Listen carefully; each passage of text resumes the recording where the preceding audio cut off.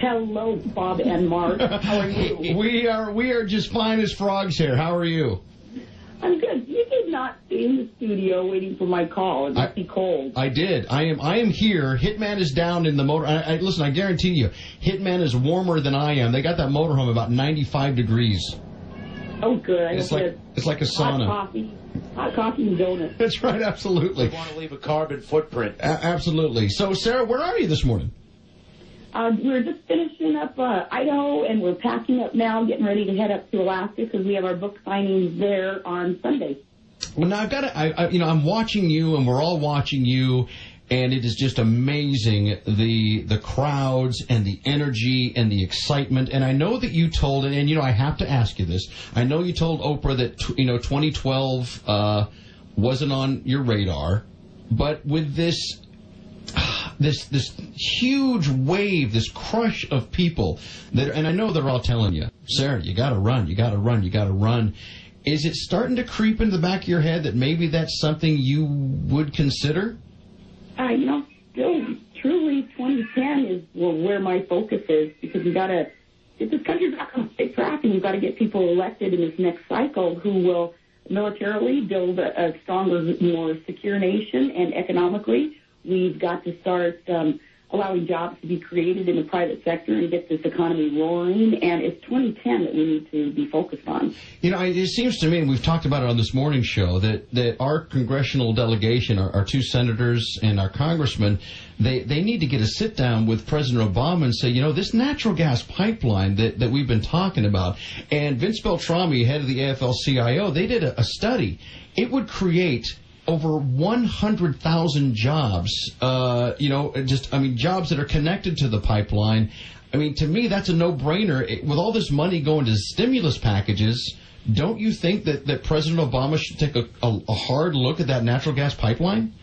Absolutely, and that's what we've said from the beginning, too. It's a project like that, infrastructure like that truly will stimulate the economy. Think what it will do for us national security-wise. Also, it will allow us to be less reliant on foreign sources of energy. It will allow Alaska to be in a position of contributing more to the rest of the United States.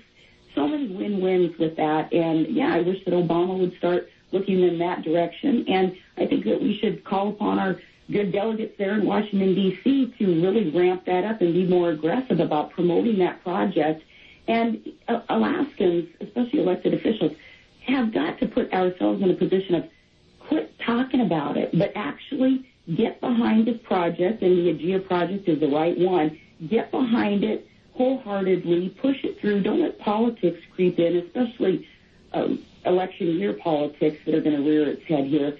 Get behind this project, push it through, and really get Capitol Hill to see the light there on all the benefits of the Aegea project. Are you surprised at how you create such fear from the left? I know I really tick them off, and I tick them off because the message that I have, and it's not personal, it's not me, Sarh Palin, out there doing anything better or than anybody else. It's the message that I'm able to have this position. I'm very, very thankful for it. But this message that the majority of Americans agree with, and it's a quite simple message. It's common sense principles that have to be implemented so we can start dealing with the challenges that are facing America today, militarily and economically. Common sense, free market, free enterprise principles that have got to be kicked in, and the left just doesn't like to hear that message. Well, you know what I think, and this is just my personal opinion, and yes, I'm a little biased, but I think it's the ability that you have to connect. And you listen to these interviews with the people that wait in line for hours to get your book and to meet you for just a couple of seconds. They're all saying the same thing. I can relate to her. I feel like she's one of us. She can, I can talk to her. I'm comfortable with her. And the thing that's neat about it, Sarah, is you're just being Sarah. And that's the way you've always been, and that, I think, creates fear because they don't know how to do that.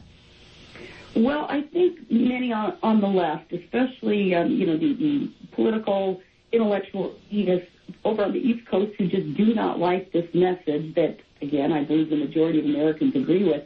They're underestimating the wisdom of the people. And the people across this country, we saw it every day, every book signing event. I had seen it every day on the campaign trail, too, running as the VP candidate last year.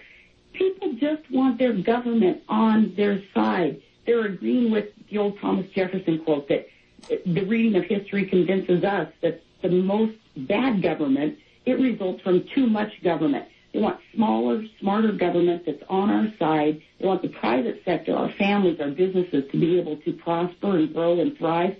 Again, it's a simple message, and many on the far left, they don't want to hear it, yet the people who are showing up to these events certainly agree with that. Mm-hmm. A lot of people were questioning why you left the governor's position back in July, and I have my own speculation. And you tell me how far I'm off here, okay?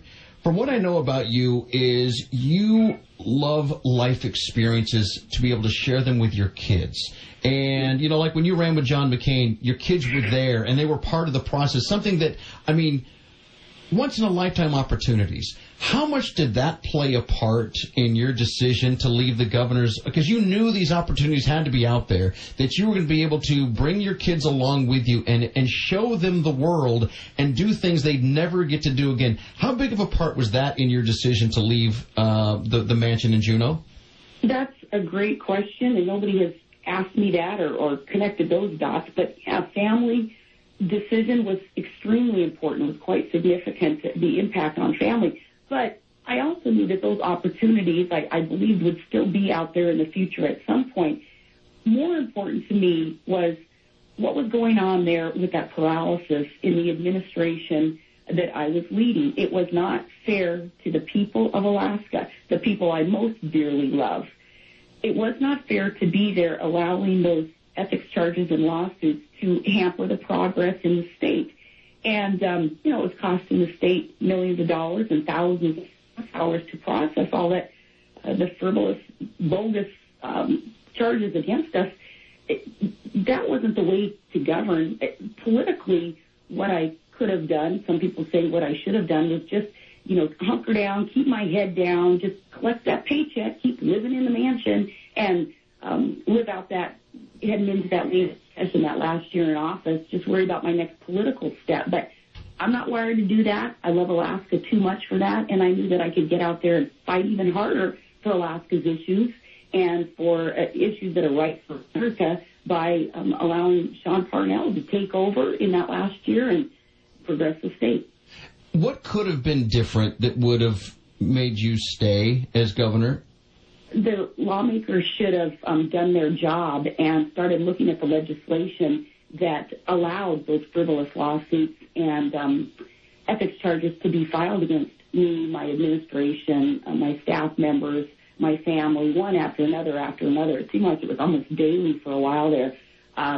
Lawmakers are exempt from the conditions that the governor, lieutenant governor, and attorney general are under. If lawmakers, who are the ones, of course, that create and change the laws, if they would have not exempted themselves, but had put themselves in our shoes, they would have realized you cannot govern a state when the opposition, the adversaries, for political reasons, are allowed to try to destroy you and put you on a path of personal bankruptcy and personal destruction in order to take political shots. That's not right, and you can't afford to be the governor in those conditions. Lawmakers should have changed a lot, and I understand that the Attorney General now is working on allowing defense of the governor, lieutenant governor, and Attorney General when that game is, if it's ever played again in Alaska. But because the rules weren't looked at to be changed by the lawmakers, it was impossible to govern in those. Do you think it's kind of interesting that now they're looking to change the way that ethics complaints are filed and that there will be, the state